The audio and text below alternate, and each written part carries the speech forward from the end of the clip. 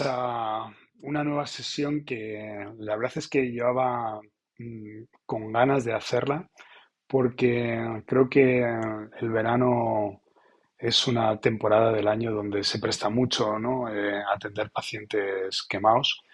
Creo que es un tipo de paciente que no es muy frecuente, afortunadamente, pero precisamente por eso a lo mejor pues no tenemos la capacidad de desarrollar la suficiente experiencia como para hacer las cosas bien. Creo que todos tenemos ciertas cosas en la cabeza, ¿no? De, pues eso, es decir, sabemos que hay que ponerle líquidos, sabemos que hay una fórmula para calcular los líquidos, sabemos que hay una unidad de quemado, sabemos que son pacientes difíciles de intubar, que pueden tener lesión inhalatoria, sabemos que son pacientes politraumatizados muchas veces. Son pacientes complicados, pero creo que tal vez, y vosotros me lo diréis, ojalá después de esta sesión podamos aclarar conceptos y ojalá que después de esta pequeña charla por lo menos podamos tener unas ideas de cómo acercarnos a ese tipo de pacientes, cómo poder hacer una valoración sistemática y sobre todo cómo podemos aprender que la situación no nos desborde en ningún caso y poder trabajar de una manera tranquila y sistemática.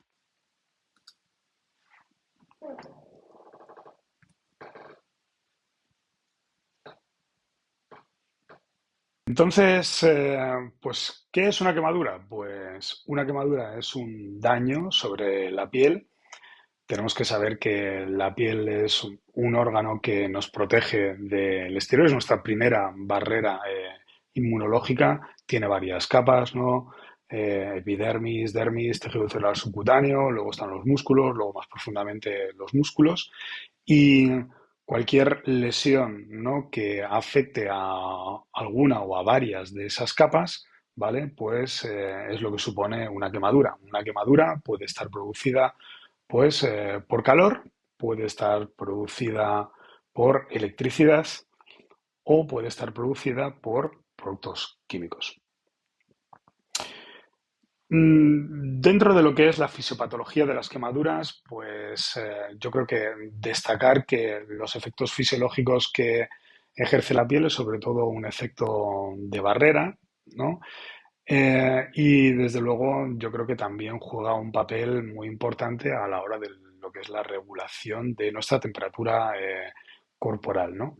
En ese sentido, los pacientes quemados, ¿no? de cualquier tipo, pues van a suponer una lesión en esa estructura que tenemos, en la piel, y precisamente al lesionarse nos hace más vulnerables a infecciones del exterior y sobre todo nos hace más vulnerables a perder nuestra capacidad de mantener el calor en nuestro cuerpo. De ahí ya también vamos valorando dos cosas, ¿no? que son muy importantes que van a ocurrir a los pacientes que se queman, sobre todo pacientes con extensiones grandes de la superficie corporal, que es la hipotermia y que son las infecciones. Al mismo tiempo, también la propia injuria, la propia lesión sobre la piel produce una serie de marcadores inflamatorios que producen a la vez una serie de daños endoteliales vasculares y que eso genera pues una situación de pérdida de capacidad de que en nuestros vasos el líquido, ¿no? el plasma pueda quedar dentro. Entonces eso genera edema. Y eso es especialmente importante en áreas como, por ejemplo, la vía aérea. Puede ser importante en áreas como pues una extremidad, donde el edema puede ser muy, muy importante y puede generar un síndrome compartimental. En quemaduras muy extensas abdominales se puede generar un síndrome compartimental abdominal también. Y finalmente, pues, lógicamente, la gravedad de toda esta situación depende también en gran parte cuántas de estas capas de las que hemos hablado antes se han podido dañar, ¿no? No es lo mismo una quemadura solar de primer grado que una quemadura de tercer, cuarto grado, donde hay una destrucción absoluta de tejido hasta el hueso.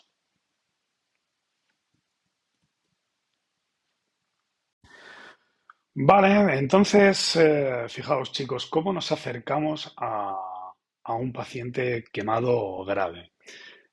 Creo que es muy importante que tengamos en nuestra cabeza una aproximación sistemática, que yo he resumido aquí con una serie de puntos, que yo creo que todos lo sabemos esto, pero bueno, he querido de alguna forma tener esta diapositiva para que siempre nos sirva un poco de guía. Yo creo que es bastante aplicable a cualquier otro paciente crítico, ¿no? Pero fijaos, cuando nos aproximamos a un paciente, en este caso quemado grave, he querido poner el primer punto, el uso de cierta protección, el equipo de protección individual, porque ya no solo por el bien del paciente, ¿no? Que acaba de ver dañada una de sus estructuras más importantes de su cuerpo, como es la piel, que le defiende de infecciones, es nuestra primera barrera, ¿no? Que tenemos con el exterior, sino que también porque este paciente ha podido tener quemaduras químicas y estos productos químicos de alguna manera pues pueden saltar hacia nuestras mucosas, nuestros ojos, nuestras manos, nuestra boca, etcétera, y generar lesiones. Y desde luego yo creo que lo más importante es que nosotros estemos protegidos. Hay que proteger al paciente, pero también nos tenemos que proteger nosotros. Entonces yo creo que una mascarilla, unos guantes, protección ocular, hay mascarillas que llevan protección ocular o unas gafas de protección ocular, yo creo que serían más que apropiados para abordar este tipo de pacientes, ¿no? Y a partir de aquí, pues un poquito lo que todos ya conocemos, ¿no? La valoración primaria, nuestros ABCs, vía aérea, ventilación, circulación, estado neurológico, exponemos al paciente.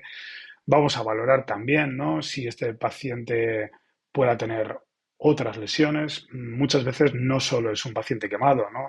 Muchas veces es un paciente que puede tener lesiones internas, ¿no? Igual es un paciente que iba en su coche y de repente hubo un fallo de motor, el coche entró en llamas y salió de la carretera, el coche dio 4 vueltas de campana, cayó por un terraplén y el paciente no solo viene con quemaduras, sino que viene con a lo mejor pues, lesiones de hemorragia interna, un traumatismo craneoencefálico, etcétera. Todo ese tipo de cosas hay que tenerlas en consideración. Y una vez que nosotros hayamos valorado nuestras ABCs, ¿no? Pues viene la valoración secundaria, ¿no? Tener un poquito de información acerca de la historia, ¿no? Pues qué ocurrió, en qué condiciones ocurrió, es una quemadura por llamas, es una quemadura porque acaso le ha caído líquido ardiendo, es una quemadura eléctrica, es una quemadura química, en qué condiciones, si es desde luego una escaldadura, ¿no? A qué temperatura estaba el agua. Yo creo que, bueno, ser escrupulosos en obtener los mayores datos de información de la historia clínica, hacer una exploración, desde luego, de la cabeza a los pies de nuestro paciente, sobre todo valorando lesiones, deformidades en extremidades, etcétera, ¿no? Que mueva todas las extremidades bien, que respire más o menos de una manera adecuada o adecuada totalmente, valorar cuáles son las lesiones cutáneas que tiene en relación a las quemaduras, ¿no?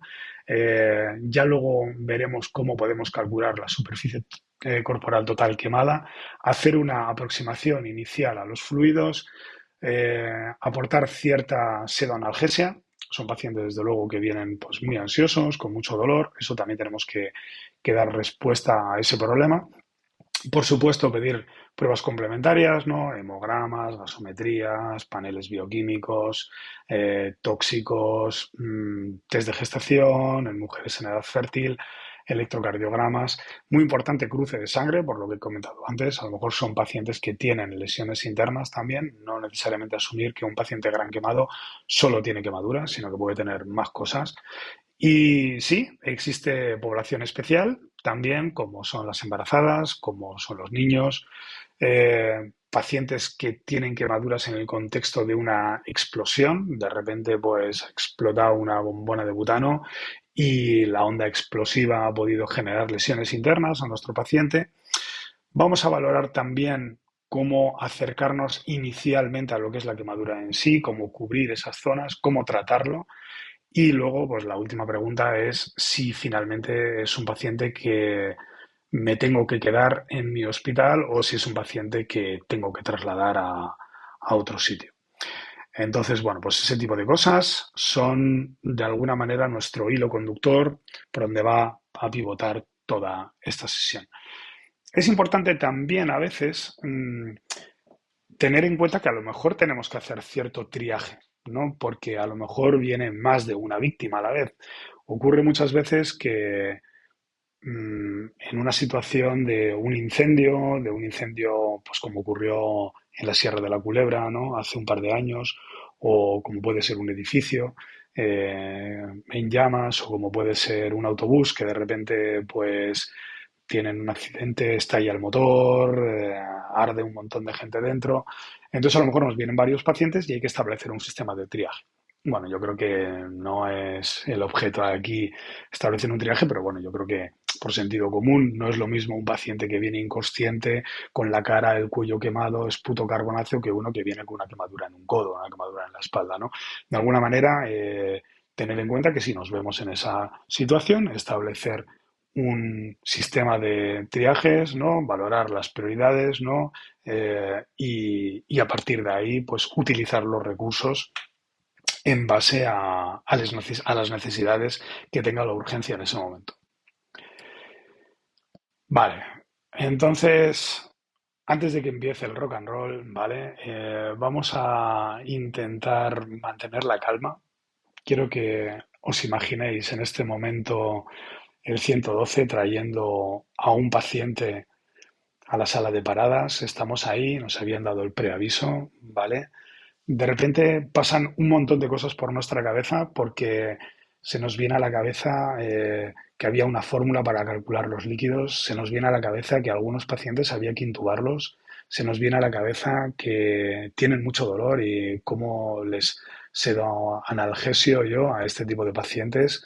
Se nos viene a la cabeza que hay que ponerles vacunación antitetánica, si están intoxicados por lo que sea, un montón de cosas. Entonces, yo quiero que en este momento nos veamos en esa sala, veamos, sintamos ahora mismo lo que es todo el follón de un montón de gente de rojo comentándote el paciente, mucho ruido, celadores, auxiliares, enfermeros, ahí todo el mundo un poquito de descontrol, yo creo que todos hemos estado ahí. Y a partir de ahora, y a partir de ahora, en el momento que pase la siguiente diapositiva, quiero que nos convirtamos en protagonistas y en directores de este complejo escenario.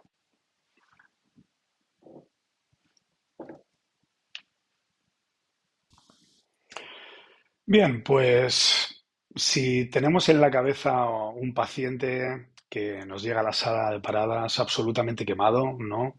Como por ejemplo, pues una cosa que estamos viendo aquí, vemos que aquí es un paciente que tiene quemaduras por todos los sitios, ¿no? Pues como ya os dije al principio, vamos a confiar siempre en los ABCs. Y lo primero, la primera orden que nosotros vamos a dar va a ser el aportar algo de oxígeno. Nosotros siempre lo primero que tenemos que hacer ante un quemado, yo creo que siempre ante cualquier paciente crítico, nuestra primera orden, nuestra primera decisión es aportarle oxígeno al 100%. En este paciente en concreto o en este entorno de pacientes que han podido estar inhalando monóxido de carbono, vamos a utilizar oxígeno con una mascarilla reservorio al 100% y esa va a ser nuestra primera intervención. Ojo porque el ABC es muy teórico, pero a la práctica, ahora mismo, en lo que vosotros le estáis poniendo la mascarilla reservorio al paciente, hay enfermería que está intentando cogerle la vía, ¿vale? Que está intentando tomarle una tensión. Serían ya gente que ha saltado a la C, ¿vale? Entonces, nosotros siempre, en el momento en el que estamos en la que estamos poniendo, es decir, a un paciente oxígeno, sabemos que ya la enfermería va a estar intentando coger una vía venosa. Y nosotros no podemos ser ajenos a ese trabajo, ¿vale? Es decir, porque van a ocurrir una serie de cosas simultáneamente en la que yo voy a valorar una serie de cosas de mía, del cuello, de la cara de este paciente, de cómo respira, de si este paciente ha podido tener una lesión por inhalación de humo o una lesión térmica en la vía aérea superior, si además este paciente tiene datos de traumatismo craneoencefálico y a la vez la enfermería están pues tomando, cogiendo una tensión, cogiendo vías. Entonces vamos a ir un poquito por partes, vamos a ir a nuestra parte. Vamos a ir en el momento en el que nosotros le ponemos una mascarilla de oxígeno con un reservorio al 100% en la cara de nuestro paciente. Nosotros a partir de ahí, la segunda pregunta que nos tenemos que hacer es, ¿necesita mi paciente algún cierto grado de inmovilización cervical? O sea, es un paciente que a lo mejor es un precipitado, se ha tirado de un edificio en llamas, le ha caído una barra ardiente en la cabeza, es un accidente de tráfico que ha salido rodando, es decir, por un coche a algún sitio, sospecho que este paciente pueda tener lesión cervical. Y aquí es sencillo, si nuestro paciente está consciente y nosotros vemos que nuestro paciente nos puede hablar, nos puede informar de cómo fue todo y nosotros no sospechamos que haya habido ninguna lesión cervical, no hay que ponerle un collarín. Pero si el paciente está inconsciente o si de alguna manera, es decir, nosotros entendemos que haya habido alguna lesión sobre la columna cervical, tenemos que inmovilizar ese cuello. Eso es lo primero. Lo tercero, el tercer punto es si el paciente es capaz de mantener la vía. El paciente es capaz de hablarnos, el paciente es capaz de decirnos cómo se encuentra o el paciente está totalmente inconsciente, el paciente está con estridor, una respiración estridorosa, etcétera. Eso es el punto. Entonces, lo primero, oxígeno al 100%, necesita inmovilización cervical, es capaz de mantener su vía aérea y sobre todo lo que hace especial a los pacientes quemados es la pregunta que yo me tengo que hacer es, ¿existe sospecha de que tenga una lesión inhalatoria? Lo de la lesión inhalatoria es lo siguiente. Pacientes que están en un entorno con mucho calor, llamas, están inhalando aire a una temperatura muy alta y esa temperatura elevada o esos productos químicos que están inhalando por la combustión incompleta de materiales pueden generar una lesión en la vía aérea superior. A veces es simplemente en labios, en lengua, muy superficial, otras veces es orofaringe, que afecta a la laringe, entonces el paciente empieza a tener estridor, como empieza a tener una voz estridorosa o le cambia el tono de la voz y el paciente puede tener alguna lesión, incluso más profunda, subglótica, ¿no? El paciente empieza a toser, empieza a arrancar trozos de mucosa con esputo como si fuera hollín. Entonces, fijaos, lo primero que hago cuando llega el paciente, le pongo el oxígeno en la cara, valoro si necesito colocarle un collarín a este paciente, veo si este paciente está consciente, inconsciente, mantiene su vía aérea y esté consciente o inconsciente, hago una valoración activa de la vía aérea buscando lesión inhalatoria. ¿Y por qué esto es importante? Porque si mi paciente tiene lo que yo sospecho que puede ser una lesión por quemadura de la vía aérea, ese paciente hay que intubarlo precozmente. ¿Vale? Entonces, ¿cuáles son esos datos? Esputo carbonáceo, que el paciente tenga estridor o que tenga hollín en la boca. Pero no solo voy a valorar eso, ya que estoy en la cara y en el cuello, yo voy a valorar si hay algún tipo de dato que me sugiera que este paciente pudiera tener un traumatismo craneoencefálico. Por ejemplo, tiene hematoma periorbitaria, veo otorrea de un oído y de otro no, fuga de líquido cefalorraquídeo por la nariz, etcétera, etcétera. ¿Vale? O sea, esa es mía. Repito, cuando viene este paciente nos lo pasan, inmediatamente oxígeno al 100%, necesita inmovilización cervical mi paciente, tengo algún dato de lesión térmica de la vía respiratoria, porque si tiene cualquiera de estos puntos, esputo, carbonáceo, estridor, hollín en la boca, voy a tener que intubar a este paciente. ¿Voy a intubarlo ahora mismo? No, me voy a dar un minutito, voy a terminar el resto de mi valoración, voy a hacer una valoración lo más precisa posible antes de utilizar drogas que me puedan cambiar el estado neurológico, tipo opioides, tipo benzodiazepinas, ¿vale? Y luego volveremos a este punto. ¿De acuerdo?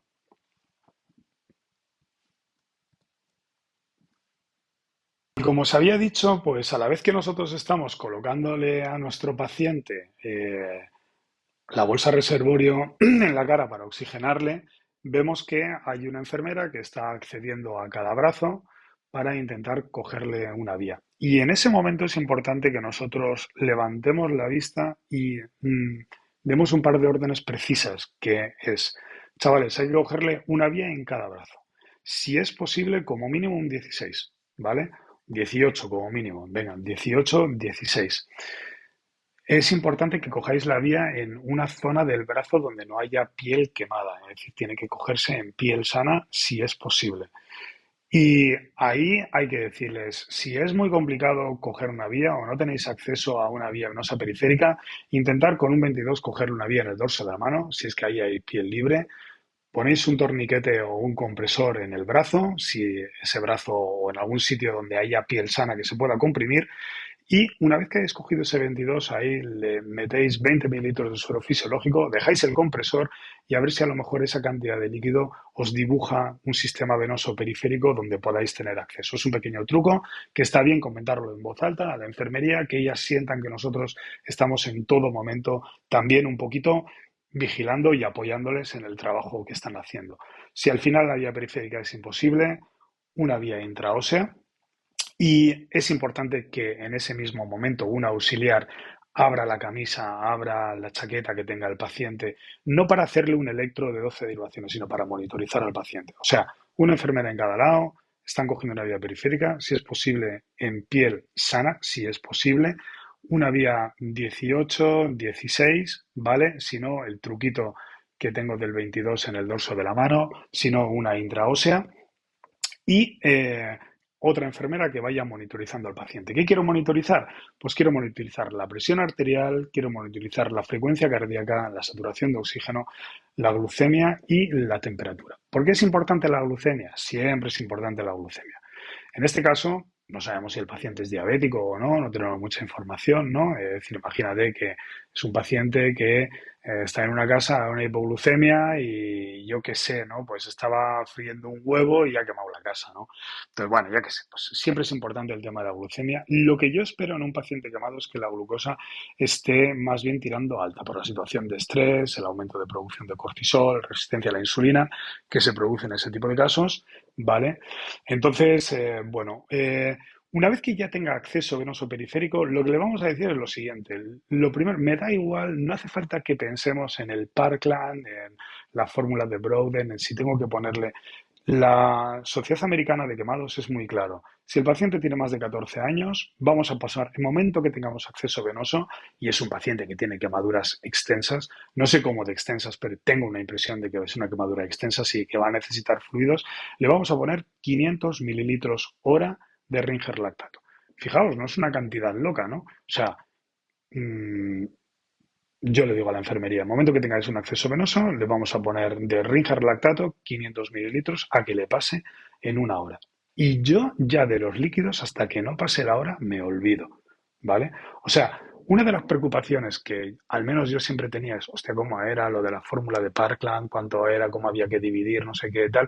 Y fijaos, o sea, es una problemática que por lo menos durante la primera hora ya se me ha resuelto. En el momento que tengo acceso venoso, periférico, le pongo 500 mililitros por hora.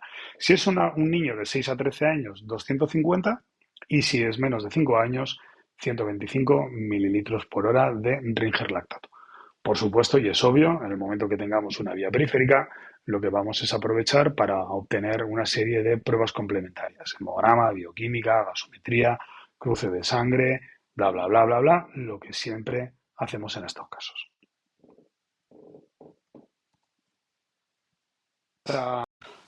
Mm, Lo siguiente sería valorar el estado ventilatorio del paciente, ¿no? Ya tenemos al paciente con oxígeno, decido si hay que inmovilizarle el cuello o no, ya hemos visto si tiene lesiones que me sugieran que pueda tener una lesión inhalatoria, hemos visto si ese paciente puede tener datos de traumatismo cronoencefálico. A la vez estoy controlando la enfermería con las vías venosas y ahora, es decir, me dedico a coger mi fonendo y valorar el tórax del paciente, ¿no? ¿Y qué es lo que yo valoro en este caso? Pues fijaos, yo lo que voy a valorar es, primero, si tiene una auscultación bilateral simétrica, ¿no? Si el paciente está respirando y respira bien. Lo que ya hemos comentado más veces, si veo que el paciente está respirando con dificultad, está chocado, hipotenso, etcétera, ¿no? Y veo que aquí no ventila, ¡pum!, ¿no? Aguja de drenaje en el segundo espacio intercostal, ¿vale? Porque este paciente tendrá un neumotórax a tensión. No os olvidéis nunca que un paciente quemado es un paciente que puede ser un paciente politraumatizado. Es muy posible que este paciente no solo tenga quemaduras, sino que pueda tener más lesiones, ¿no?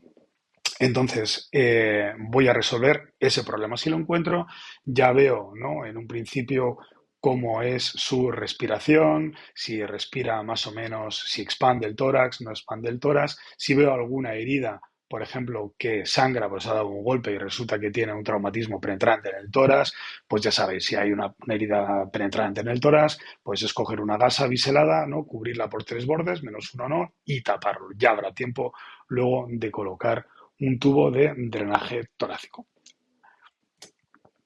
Y antes de dar ningún fármaco, aunque este paciente esté gritando de dolor, aunque este paciente esté ansioso, es muy importante hacer una valoración de si mi paciente tiene algún tipo de déficit neurológico. ¿Por qué? Pues porque antes de que yo le dé fentanilo, midazolam, cualquier fármaco que pueda alterarme la exploración neurológica, yo quiero saber cuál es el estado neurológico que tiene. Si es un paciente que está alerta, si es un paciente que tiene una respuesta verbal adecuada, ¿no? O que yo le llamo y me responde, si es un paciente que si está inconsciente, si responde a estímulos dolorosos, sin embargo, si es un paciente que no responde de ningún tipo, y es muy importante ver el examen de las pupilas. No quiero dejar pasar que el paciente tenga una anisocoria, tenga datos, imaginados, ¿no? De hematoma periorbitario o hematoma en la mastoides y encima tiene una anisocoria, ¿no? Además de la quemadura, no puedo dejar que la quemadura me esté dejando pasar que este paciente tiene datos de hipertensión intracraneal, ¿no? Normalmente los pacientes quemados suelen estar ansiosos y orientados en un estado de alerta importante, con lo cual si un paciente quemado está inconsciente, posiblemente algo más le esté pasando. O tiene un traumatismo craneoencefálico importante, ¿no? O está en un shock hipovolémico, que ya veré cuál es la causa del shock hipovolémico, o el paciente puede estar intoxicado por sustancias o está intoxicado por monóxido de carbono. Si está intoxicado por monóxido de carbono, el tratamiento ya se lo estoy poniendo porque lo primero que he hecho ha sido ponerle oxígeno al 100%. Y luego hay una especie de cóctel, ¿no? Es decir, que en paciente que viene en coma, que tiene el acrónimo DON'T, donde DON'T es ponerle dextrosa, oxígeno, ponerle naloxona y ponerle tiamina, ¿no? Con eso estamos tratando la hipoxemia, estamos tratando el coma hipoglucémico, el coma por opioides y la encefalopatía hepática, el Wernicke. ¿De acuerdo?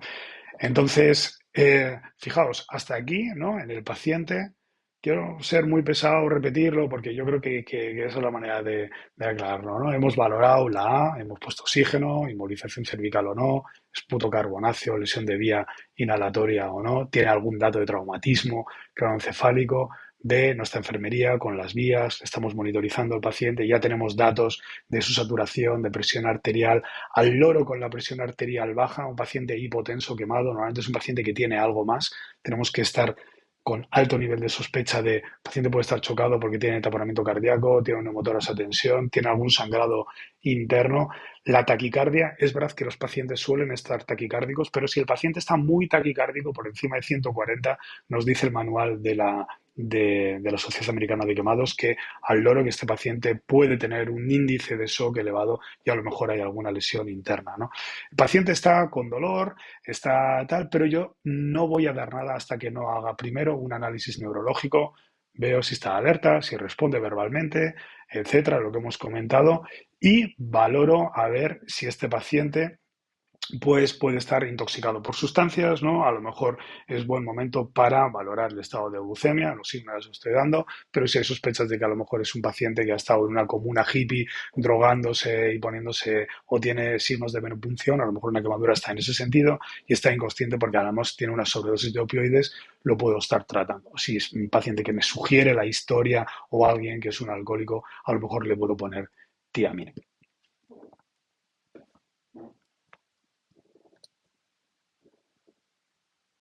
Fijaos que ya una vez que tengo todo este trabajo ya hecho, a mí me surgen dos preguntas, ¿no? Porque por un lado tengo un paciente que está gritando, está ansioso, está agitado y este paciente puede o puede que no, pero puede que a lo mejor tenga datos de lesión de la vía aérea, ¿no? O sea, yo tengo un paciente dolorido, agitado, pero veo que tiene hollín en la boca, que tiene esputo carbonáceo, que tiene una voz estridorosa. Y yo sé que tengo que intubar a este paciente. No era el momento de intubarlo antes de obtener, antes de ponerle oxígeno, antes de inmovilizarle el cuello, antes de cogerle vías, de monitorizarle, antes de hacer una valoración neurológica, antes de poder resolver otros problemas como es el neumotórax a tensión, por ejemplo, ¿no? Eh, Ahora es el momento donde nosotros tenemos que transicionar por ese camino. puede que a lo mejor nuestro paciente únicamente tenga dolor y tenga quemaduras y que únicamente le duelan y que no tenga nada más. Pero, desde luego, si nuestro paciente es un paciente que está inconsciente, tiene quemaduras faciales importantes, tiene lo que hemos hablado, esputo carbonáceo o gin en la boca, es un paciente que hay que intubar. Quiero también decir que siempre clásicamente se decía que todo paciente que tenía quemaduras de los pelos de la nariz, de las mucosas nasales, había que intubarlo. Eso ya hoy en día está ya absolutamente superado. Es decir, un paciente que desde luego únicamente tiene quemaduras de las mucosas nasales y no tiene nada de lo demás, ¿vale? Es un paciente que no hay que intubarlo. Y ya os adelanto que el camino de intubar o no a un paciente es una decisión, probablemente en este escenario, la decisión más difícil que tenemos que tomar. Porque ser muy agresivos e intubar pacientes que a lo mejor no tienes por qué intubar expone al paciente a días de ventilación mecánica, neumonías asociadas a la ventilación mecánica y de la manera, y también por otro lado, es decir, un paciente que debería de intubar y no intubo, pues hace que ese edema que está empezando a formarse en la vía aérea superior vaya haciéndose cada vez más y más y más intenso y llega un momento en que a lo mejor ya una intubación orotraqueal sea muy difícil, ¿no? Entonces, mm, en cualquier caso, si caminamos por el camino del dolor y de la agitación, el fármaco que vayamos a dar inicialmente será fentanilo, hacemos 1 microgramo por kilo en bolo, ¿vale? Se puede repetir, y de hecho es importante valorar si se puede repetir o no, porque si yo, por ejemplo, con 1 microgramo kilo en un paciente que pesa 80 kilos, pues por ejemplo le pongo la mitad de la ampolla, ¿no? Que son 75 microgramos, ¿no? Si yo veo que eso en 3 5 minutos le calma el dolor, pues perfecto. Si no, en 5 minutos le puedo repetir la misma dosis, puedo darle un poquito menos, en vez de 75, 50, y más o menos entre lo que le he dado entre las dos, le puedo poner eso a que le pase en 1 hora. O sea, si yo a un paciente le he puesto inicialmente un bolo de 75, no se le ha quitado el dolor, luego le he tenido que poner un bolo de 50, ya se le ha quitado el dolor, pues yo puedo ponerle unos 120 microgramos de fentanilo, ¿no? Es decir, más o menos 3/4 partes de ampolla a ponerle y a pasarle esa ampolla en un suero de 50, pues en 1 hora, ¿no? Es decir, puede ser una guía. Por supuesto, le voy a dar Zofran, ¿no? Una ampolla, 4 o 8 miligramos. Y si el paciente está muy agitado, en el sentido que el paciente está muy combativo, se quita la mascarilla, se quiere saltar de la cama, yo creo que es importante ponerle en este caso ketamina. ¿Por qué la ketamina es un fármaco ideal en este escenario? Porque primero es un potente analgésico. En segundo lugar, genera un estado disociativo, de sedación, pero sin perder tu control, tu drive respiratorio. ¿Cuánto debemos de darle? Pues en este escenario, si lo vamos a utilizar simplemente para generar algo de sedación, que el paciente pueda seguir respirando, que nosotros podamos seguir trabajando con él, 0,5 miligramos kilo, ¿no? Ojo, eso es por peso ideal. O sea, un tío que pese 100 kilos no le vamos a dar 50 miligramos. Os he puesto la dosis del peso ideal, que son 50 más 0,91 multiplicado por altura menos 152, que más o menos en todo el mundo viene a dar unos 77 kilos, 80 kilos, ¿no? Recordad que el vial de ketamina, pues 1 mililitro son 50 miligramos, y si yo diluyo un mililitro del vial de ketamina en 4 de suero fisiológico, en total tengo 5, cada mililitro son 10 miligramos. Entonces, si yo tengo un paciente de 80 kilos, pues yo le puedo dar, por ejemplo, 4 cc's, 40 miligramos, para que el paciente esté tranquilo, yo pueda oxigenarle, etcétera, etcétera, y me dé algún tiempo para hacer una valoración luego como con más calma y más precisa. Si finalmente he decidido intubar al paciente, hay una serie de cosas que hay que tener muy claras antes de intubar al paciente, ¿no? Lo primero es el tamaño del tubo, ¿no? El tubo que voy a utilizar. Es importante que sea un tubo gordo, más grande del habitual. ¿Por qué? Porque si yo tengo un paciente que sospecho una lesión inhalatoria por humo, es un paciente que voy a tener que trasladar a otro centro. Y si lo voy a trasladar a otro centro y tiene una lesión inhalatoria de humo, en algún momento le van a hacer una broncoscopia. Entonces esa broncoscopia tiene que ir por ese tubo, ¿vale? O sea, esto no es un paciente donde el tubo que le pongamos ahora se le quita, luego se le pone otro. No, precisamente se le va a intubar porque va a generar mucho edema y eso va a hacer una anatomía impracticable prácticamente. Entonces es muy importante decir que tengamos un tubo grande, que podamos hacer aspiraciones por ese tubo, lavados y relaciones con suero fisiológico, incluso una broncoscopia. Muy, muy, muy importante, es decir, optimizar la preoxigenación, o sea, la oxigenación de este paciente a tope. Nunca intubar a este paciente con 90 de saturación, 91, porque al final, si los fármacos que le vayamos a dar para intubarle me dan muy poquito tiempo de apnea. Y es muy posible que esta sea una intubación difícil, con lo cual, importante preoxigenar. Muy importante dar analgesia, ya hemos hablado, fentanilo, microgramo kilo, en bolo, podemos repetirlo. Y luego, si yo quiero inducir a este paciente, los fármacos que voy a utilizar pueden ser ketamina a 1,5 miligramos kilo, etomidato o midazolam. Aquí os pongo un poco las dosis. Y luego está el dilema de si utilizar succinilcolina o rocuronio, ¿no? Bueno, la succinilcolina, el hándicap que tenía era que producía hiperpotasemia. Estos son pacientes en los que yo puedo sospechar que tengan un potasio elevado por la gran destrucción de tejido que tienen y a lo mejor de tejido muscular también. Pero, sin embargo, dice la guía americana de quemados que en las primeras 24 horas es seguro utilizar la succinilcolina. Sin embargo, el rocuronio no tiene ese problema con el potasio. Yo creo que un poco como todo, si es un paciente renal, que es un paciente que está con ahorradores de potasio, etcétera, posiblemente yo me inclinaría más a practicarlo con rocuronio. Y si no lo es, un paciente joven sin comorbilidad, pues si estáis confortables con la succinilcolina, pues succinilcolina. Realmente yo he hecho aquí un poco una visión de la intubación un poco sencilla. Me gustaría profundizar un poquito más en este aspecto. Primero hay que tener en cuenta que es una intubación muy difícil. Creo sinceramente que cuando hay un paciente de este tipo, tiene que intubarlo la persona que tenga más experiencia de intubar, no en el hospital, en la sala donde estéis, ¿vale? Es decir, somos médicos de urgencias, hombre, a ver si os veis muy inseguros con tal, pues sí, es decir, tirar de los recursos, ¿no? Pero, a ver, es decir, yo creo que perfectamente podemos hacer una aproximación a la vía aérea con cualquiera de los compañeros que estén en el servicio de urgencias. Lo primero es seguir una serie de pasos. Antes de intubar, desde luego, preoxigenar de la mejor forma posible. Lo puedo preoxigenar con una mascarilla reservorio al 100%. Si con eso consigo saturaciones del 100%, genial. Si no las consigo, debajo de la mascarilla reservorio pongo unas gafas nasales a 15 litros y ya de repente tengo dos sistemas de oxigenación a la vez. Y todo eso para intentar conseguir mayor flujo y mayor oxigenación, ¿vale? Es muy importante tener a estos pacientes analgesiados, ¿no? ¿Por qué? Porque siempre son pacientes que el tener un mayor control de la situación, que estén tranquilos, que estén sin dolor, nos va a hacer nuestro trabajo mucho más fácil. Es muy importante que tengáis un Young Gower preparado, conectado a aspiración, porque es muy posible que esa vía aérea está llena de secreciones, de hollín, etcétera, y que queráis aspirar todo lo que hay ahí. Y ahora os voy a introducir un concepto nuevo que es el de el Delayed Sequence Intubation. Nosotros lo que hacemos en urgencias siempre es intubación de secuencia rápida, es decir, ponemos al paciente un hipnótico, ¿no? Etomidato, midazolam, etcétera, ponemos un paralizante e intubamos al paciente. Esto es una inducción de secuencia rápida.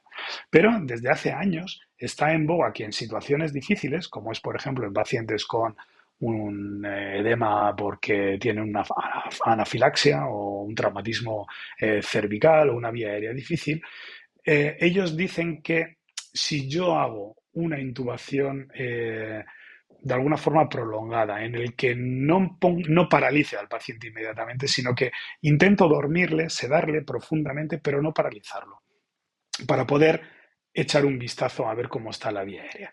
Y normalmente el delayed sequence intubation es una cosa que se hace con ketamina, ¿vale? Se pone 1,5 miligramos de ketamina, el paciente sigue respirando, está dormido y a partir de ahí yo puedo hacer una cierta manipulación sobre la vía aérea. Puedo echar un vistazo. Entonces, puedo abrir la boca con mi laringoscopio, puedo echar spray de anestesia en la base de la lengua, en los pilares de la laringe. El paciente está respirando, yo le estoy oxigenando, es decir, con unas gafas nasales, y puedo echar un vistazo.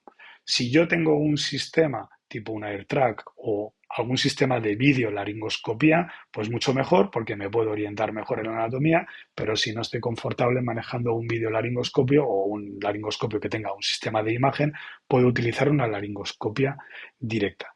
Muy importante estos pacientes, si es posible, no intubarlos directamente con el tubo, sino utilizar un FROBA y un buggy. Y a partir o a través del FROBA pasarlo, porque esa vía aérea puede estar edematizada, nos puede dar una falsa idea de que meto el tubo, va a ser un tubo gordo, a lo mejor no me pasa el tubo por ahí y ya estoy manipulando la vía aérea y en cuestión de segundos eso se va a convertir en una vía aérea edematizada y ya no hay manera de entrar por ahí. Ahora lo voy a explicar mejor lo del FROBA y lo del buggy. Una vez que tú tengas pasado tu buggy o tu FROBA por las cuerdas vocales y tengas el tubo ya encarrilado hacia las cuerdas vocales, le puedes decir a la enfermera que le ponga un relajante, succinilcolina, rocuronio, el que quieras. Yo soy más team rocuronio por el tema del potasio, pero a partir de ahí es cuando podríamos hacer una intubación exitosa a la primera. ¿Vale? Vamos a repetir toda esta secuencia con imágenes. Lo primero, como ya os he dicho, preoxigenar. Nuestro objetivo, saturación al 100%. Mascarilla oxígeno, reservorio, si no es suficiente, unas gafas nasales debajo de la mascarilla reservorio. Objetivo es tener saturaciones del 100% para tener luego un tiempo de apnea suficiente para poder trabajar sobre la vía aérea. Analgesia, fentanilo, aspiración, tubo de Young-Gauer conectado a un sistema de aspiración y luego lo que es la Delayed Sequence Intubation, ¿vale? Le pongo ketamina al paciente, 1 a 2 miligramos kilo, espero hasta que el paciente esté disociado, lo estoy oxigenando y echo un vistazo. Echo un vistazo con un sistema de vídeo tipo este laringoscopio que tenemos. Exploro la vía aérea, ¿vale? Y una vez que yo reconozco las estructuras de la vía aérea, entonces calzamos nuestro tubo sobre un FROBA, ¿vale? Pasamos el FROBA por las cuerdas vocales y una vez que tenemos ya, es decir, el tubo enfocado, le decimos a la enfermera, ponle succinilcolina o rocuronio y vamos adelante. Claro, nuestra anatomía de la vía aérea, ¿no? Es un poco como lo que el AliExpress, ¿no? Lo que pides por el AliExpress, pues de puta madre. Aquí tenemos, ¿no? Es decir, la valécula, las cuerdas vocales, la aritenoides. Entonces, se trataría de que en condiciones ideales yo paso mi FROBA o el buggy por aquí, ya estoy en la vía aérea, encaro el tubo hacia la vía aérea, paralizo al paciente y lo intubo. Sin embargo, la realidad puede ser muy dramática, ¿no? Podemos encontrarnos, fijaos, ¿no? El edema que hay aquí, fijaos cómo está edematizado. Aquí, intentar 2, 3 veces jugar con un tubo o ponerle a este paciente una mascarilla laríngea, es decir, sería anular claramente la vía aérea. Imaginaos cómo está esta vía aérea, esto lleno de hollín, ¿no? Etcétera, una vía aérea realmente impracticable. No es un paciente para jugar, ¿eh? Es un paciente para tener las ideas muy claras, ¿vale? Tener muy claro cuáles son los pasos que vamos a seguir. Pero yo creo que afortunadamente con esta charla a todos se nos refresca un poco la idea y lo vamos a tener mucho más fácil cuando tengamos que enfrentarnos a estos pacientes. Una vez que lo tenemos intubado al paciente, yo creo que ya lo más complicado está, vamos a poner en marcha el respirador. Vamos a utilizar lo que se llama una ventilación protectora, es decir, no vamos a dar mucho aire porque el dar mucho volumen de aire puede generar más trauma sobre las vías aéreas, sobre el alveolo, que ya están suficientemente dañados por el calor. Entonces, si lo normal es de 6 a 8 mililitros kilo de volumen tidal, lo vamos a programar a 6 mililitros kilo. Entonces, un tipo de 80 kilos, pues unos 480 mililitros de volumen tidal. Por supuesto, la FiO2 al 100%. Seguramente nuestro paciente está intoxicado por monóxido de carbono, ya le estamos tratando con eso. Vamos a darle un poquito de PIB de 5 a 10. Empezamos con 5. Si eso mantiene mi saturación al 100%, perfecto. Si no, vamos subiendo la PIB hasta tener pues FiO2 del 100%, saturación 100%, ajustándonos con la PIB de 5 a 10. ¿Que con 5 es suficiente? Con 5. Y lo programamos a una frecuencia respiratoria de 20 respiraciones por minuto. Y ya una vez que tenemos todo eso hecho, llega el momento de quitar toda la ropa al paciente, quitar todo y explorar al paciente de la cabeza a los pies. Fijaos, le hemos puesto el oxígeno, le hemos monitorizado, le hemos cogido vías venosas, hemos valorado si a lo mejor hay que coger una vía ósea, le hemos dado un truco a la enfermera para esa vía periférica, le hemos hecho una exploración del tórax, ¿no? Hemos visto, descartado que tenga un neumotórax a tensión, alguna herida, vemos cómo respira, vemos las heridas que tiene en el tórax, hemos hecho una exploración neurológica, hemos descartado que tenga un traumatismo craneoencefálico, hemos valorado si lo tenemos que intubar o no, si lo tenemos que intubar ya era el momento de intubarlo, ya está intubado, está con la ventilación mecánica o no está intubado porque a lo mejor no hacía falta intubarlo, pero ahora ya es el momento de exponer al paciente completamente. Aquí es muy importante una cosa, es decir, hay que quitarle desde luego al paciente todo tipo de joyería que tenga, las cadenas, los relojes, los piercings, todo eso hay que quitarlo, ¿vale? Antes de quitarlo conviene echarlo y regarlo con suero fisiológico para enfriarlo, porque lógicamente una de las misiones que tenemos que tener es que los menos materiales posibles estén siguiendo ejerciendo de daño de quemadura sobre la piel. Entonces, lo que son piercings, anillos, cadenas, colgantes, todo ese tipo de cosas hay que retirarlo. Es muy importante, muy importante, que eso es un concepto un poco contraintuitivo, ¿no? Son pacientes que tienen un riesgo muy elevado de hipotermia, porque la piel está totalmente destruida y es uno de los órganos que mantiene nuestra temperatura corporal. Entonces, vamos a intentar darle sueros a temperatura de 37 grados y vamos a intentar, una vez que hayamos expuesto al paciente, valorado a nuestro paciente, tocándole la tripa, viendo a ver si tiene deformidades en los huesos, etcétera, ¿vale? Es decir, lo vamos a cubrir con una manta térmica o con esa manta que tenemos que se conecta a un calentador con aire y es por siempre, desde luego, evitar que mi paciente pierda temperatura. Desde luego, nunca jamás enfriarle con frío, porque si le ponemos frío, eso va a generar más vasoconstricción y va a generar más daño tisular. Y a partir de aquí, podríamos decir que hemos acabado, pero como ya sabéis que yo soy un enamorado del ultrasonido, nunca olvidéis que este paciente es un paciente que puede tener lesiones internas, por lo que ya os he explicado. Entonces, no perdáis la oportunidad. Primero, si es un paciente que está muy taquicárdico por encima de 120, pensad que este paciente está en estado a lo mejor de shock y tiene alguna pérdida por un hueso largo, fractura de pelvis, tiene un neumotórax a tensión, tiene taponamiento cardíaco, tiene líquido libre abdominal, todo ese tipo de cosas, valoradlas. No nos lleva un gran tiempo a hacer un ecofast, ver desde luego pericardio, ver cava inferior, Morrison, líquido perirrenal, pelvis, vejiga, etcétera. Y ojo, si es una paciente embarazada, aprovechamos para ver si tiene latido fetal el niño, ¿de acuerdo? Y ya llega la valoración secundaria, es decir, ya hemos hecho la valoración primaria, la valoración secundaria. Si os dais cuenta, hasta aquí hemos hecho un montón de cosas. Ya estamos como bastante confidentes, ¿no? Fíjate, una de las cosas que decíamos, nos va a generar mucha preocupación porque no, a lo mejor no recuerdo cuánta cantidad de líquido tengo que darle. Si tiene más de 14 años, tengo que tengan la vía puesta en la analíticas, medio litro de Ringer lactato y ya está. Ya sabemos cómo intubarlo, sabemos que es un paciente difícil de intubar, sabemos que es un paciente que tenemos que preoxigenarle, analgesiarle, que si la ketamina, que si el buggy, que si la vía, hacer una laringoscopia con el vídeo, etcétera, exponerle, todo eso. Y la evaluación secundaria, el FAST que hemos hablado, la evaluación secundaria ahora ya sí, vamos a verlo de cabeza a los pies, a ver si hay alguna lesión que nos llama la atención. Vamos aquí ya sí a valorar las quemaduras, vamos a iniciarnos a lo que es el cálculo de la superficie corporal total quemada. Aquí ya sí, ya vamos a hacer un manejo un poquito más fino de los fluidos. Si el paciente veo que tiene quemaduras extensas y que voy a tener que darle líquidos, desde luego voy a querer sondarle. Es muy importante valorar cómo está en la perfusión de las extremidades, porque una quemadura, por ejemplo, es decir, en un brazo o en una muñeca, puede generar un síndrome compartimental por el edema ahí y generar compresión sobre estructuras vasculares nerviosas, ¿vale? Sedación, analgesia.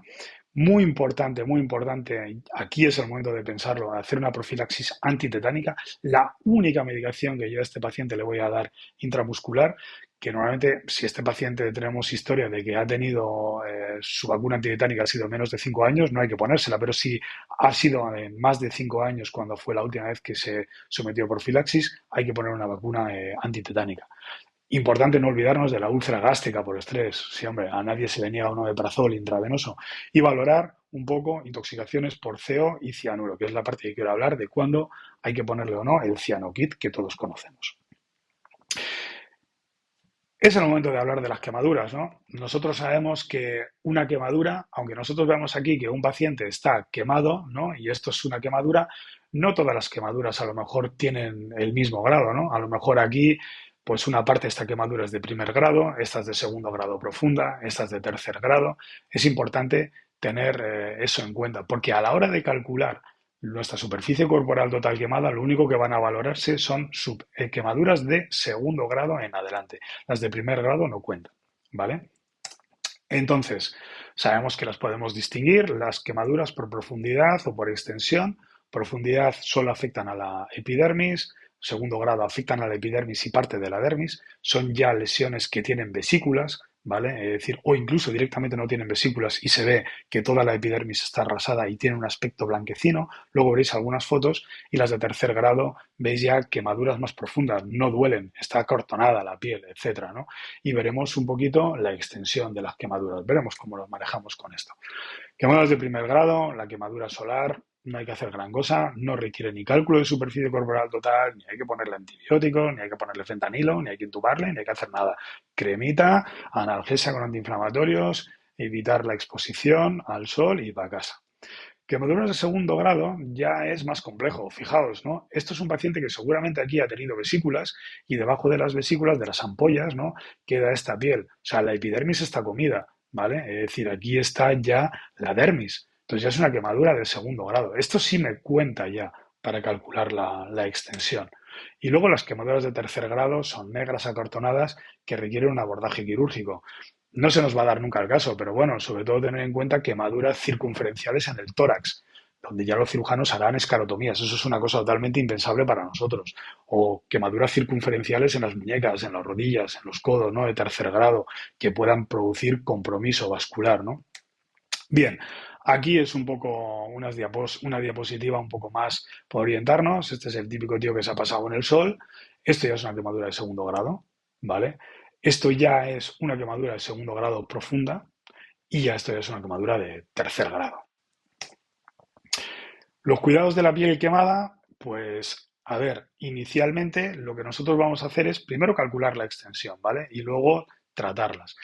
En un principio, el tratamiento es muy sencillo, es simplemente poner un material de coloide, ¿vale? Es decir, para mantener la piel húmeda, envolverlo en un film que es el film de cocina, donde nosotros metemos el jamón de york, ¿no? Un film de cocina, taparlo, con eso evitamos, desde luego, que pierda calor, que pierda líquido, con un apósito ahí, un coloide que sobre todo, desde luego, absorbe el seroma, el exudado que produce la piel, y luego ponerle, desde luego, un paño, un apósito estéril, ¿de acuerdo?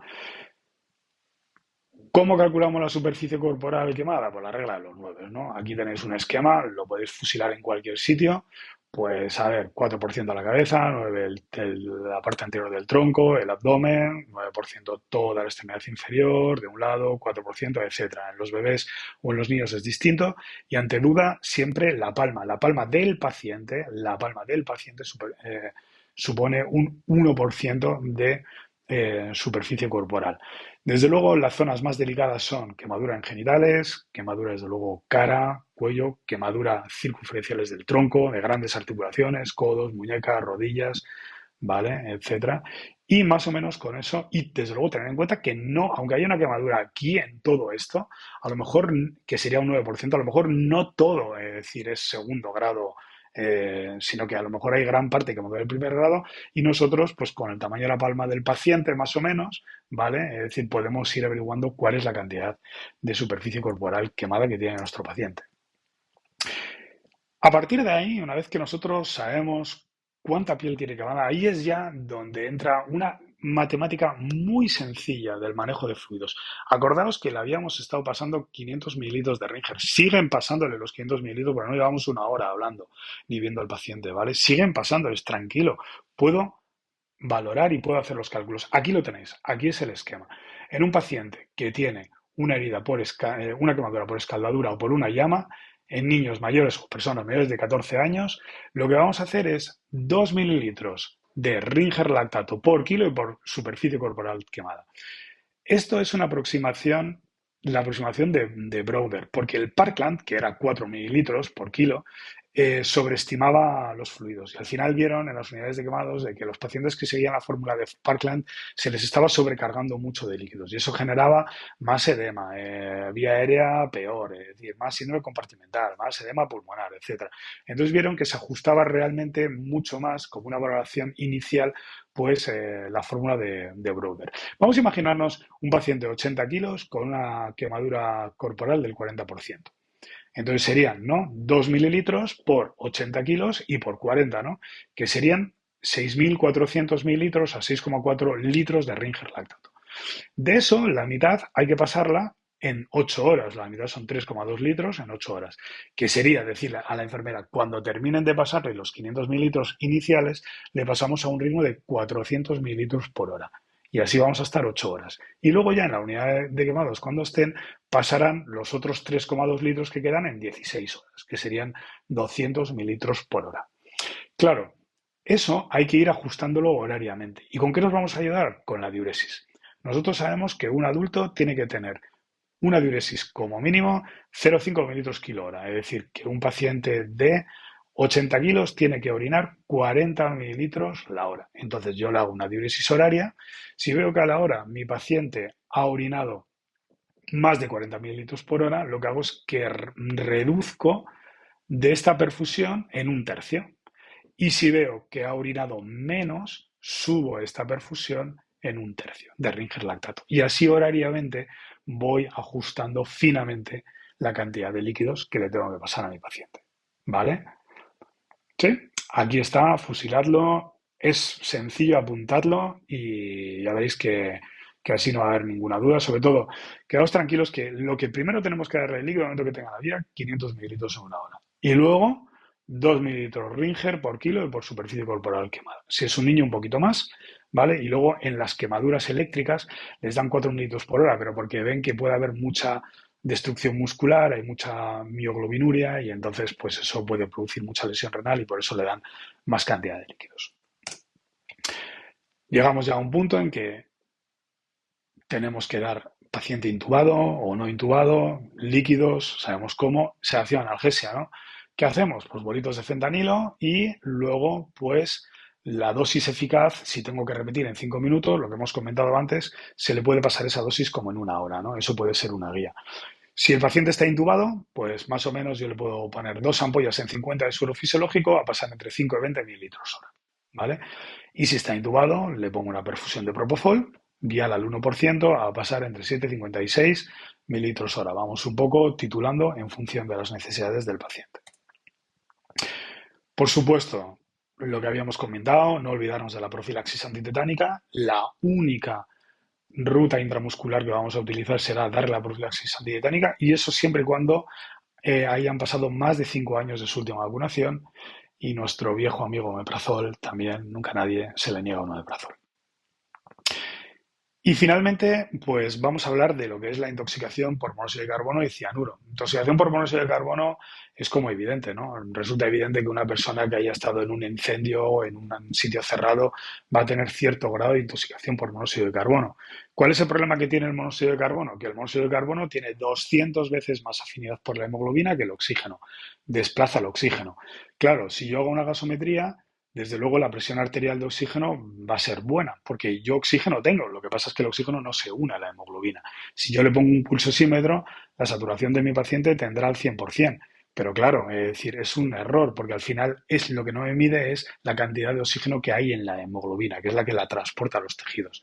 Entonces aquí hay un pequeño esquema de cara un poco a los síntomas, ¿no? O sea, un paciente, por ejemplo, que tenga 10-20% de carboxihemoglobina, pues es un paciente fumador o muy fumador que está en un día de tráfico intenso a lo mejor y puede tener dolor de cabeza. A partir ya de 20-30 ya tiene más dolor de cabeza, ¿no? Con un dolor pulsátil, 30-40 ya cefalea muy severa, con visión borrosa, náuseas, bla, bla, bla, hasta que llegamos a 60 de carboxihemoglobina, donde el paciente puede estar convulsionando o en coma. ¿Qué ocurre con el cianuro? Que era lo del cianoquit, ¿no? Que era la última duda que teníamos. Bueno, ¿cuándo hay que poner cianoquit?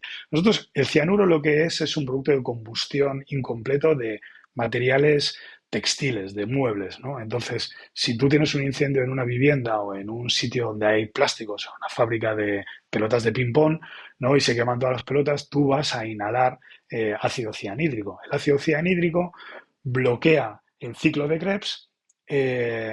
Eso genera, es decir, un acúmulo de ácido láctico, porque la glucosa no se descompone totalmente, queda en piruvato y ácido láctico, y pues al final, pues eso va a generar más hipoxia, va a producir una serie de daño neurológico, etcétera. Nosotros antes tirábamos mucho de cianokit casi de entrada. Ahora lo que dicen es que, bueno, vamos a ver, lo primero, si el paciente primero tiene que estar en un ambiente, en un sitio cerrado donde ha habido textiles, alfombras, etcétera, que haya estado tiempo ahí expuesto. Y realmente la indicación de poner el cianokit es cuando tú presentas cifras elevadas del lactato, que es por lo de la acción del